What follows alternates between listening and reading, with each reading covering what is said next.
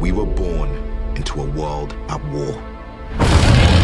Between the monsters that destroyed our cities and the monsters we created to stop them. Damn, you didn't play. Did you make this yourself? Yes. Yes, you're allowed to laugh. Don't worry. Please do it. 10 out of 10. This looks way more comfortable than the ones we were in, though.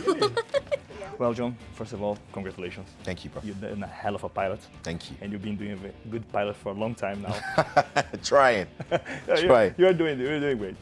In this movie, how does it feel to be the son of Idris Elba?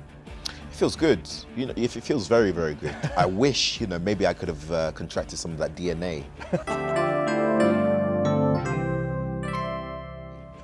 You know, just to, you know, make a few adjustments so I'm much more like Idris, being as he is the most good-looking man in the world.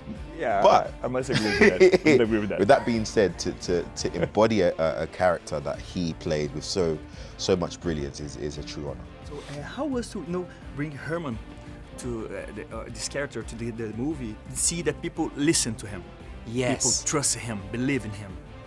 That's a good point. It's always nice to be listened to, isn't it? And I think that Herman Gottlieb is somebody who is not too bothered about what people think of him. And if he thinks he's right, he's gonna tell you. It was great coming from the first film, Pacific Rim, to Pacific Rim Uprising, because it's 10 years on. I think Herman is, you know, he's got a bigger budget. He's head of the Research Science Division. And he's a man which is still driven by and obsessed by finding the solution, and I just think that's a great thing. No, it's perfect because it's a character that people don't take serious. Sure. Because among fighters, Yeah. you have the wise guy.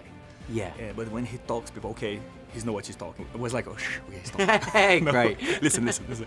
He has a point. We need to know. Yeah, we need to know. So, Cailee, how was to use your uniform? Well, they looked really cool on me, and I felt really awesome having a custom-made super suit.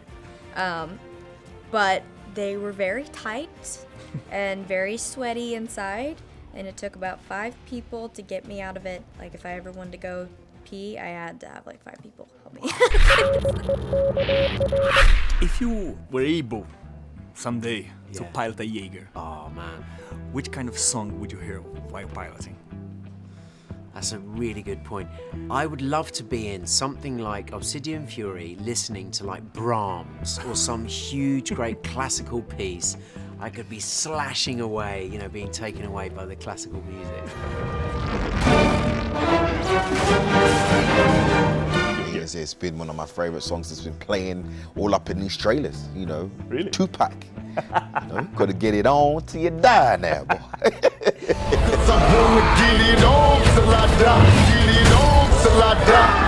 And how was to prepare your body for combat? Because you do a lot of great fighting scene in the movie. Thank you. Yeah, they're pretty awesome. Took a lot of work to get there. Steven told me pretty soon after I booked the role that it was going to be very physically, heavily, a lot of action in it. So they put me right into working with the trainer. So I was doing boxing and parkour, and I was doing stunt work almost every week, which was crazy because I couldn't do anything like that before. You know, I wasn't coordinated at all, didn't know how to do that. So they were very patient with me, which I'm very thankful for. But it took a lot of work. Yeah. So I'm glad it looked good because it didn't look good in the beginning. And what's the point of view of the movie when you see there's, in the first movie, the creatures has objective. Yeah. And now they are with an evil side, a man behind it. Yeah. Do you think that the man, in a way, makes the kaiju more violent? Because before they only have instinct, and now they have guidance. Do you think that's why they're more violent in this movie? That's a good point. I feel like actually we become aware in this movie of how evil and you know, how much of a desire the precursors have to destroy everything, not just the Earth, but you know, many parts of the universe. And I think that Herman has seen that evil side when he drifted with the kaiju in the first film. So there's a malevolence which I think is apparent in this film, a deep, deep evil, rather than just a sort of alien nation. You know, it's this very, very foreboding, malevolent force which they are now fighting against. In this movie, it's more like a family legacy, and you are now representing the name of your father. Mm-hmm. And you have to, people look at the name and look at the hope of this, and now you're bearing this. So how was to pass this to the audience and the people who are working with you, that you have a legacy? I mean, I think each of their own. I mean, the best example you can set is what you do on a day-to-day basis. So I guess people learn from that.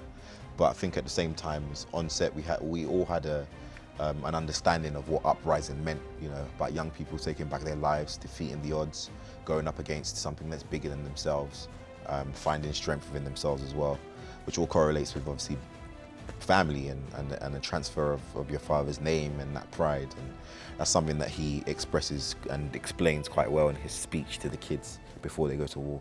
They started out like us. This is our time to make a difference. Do you understand? I must ask, how much strong in a force you must be to pilot a jeager? Oh, wow, wow. Do you know what? You probably do have to be, you know. You know, a lot of the environment and the power of a Jedi is based on the support of his mind, right? How you understand things, how you see things, and I guess you'll be much more drift compatible if you've got a little bit of that force juice.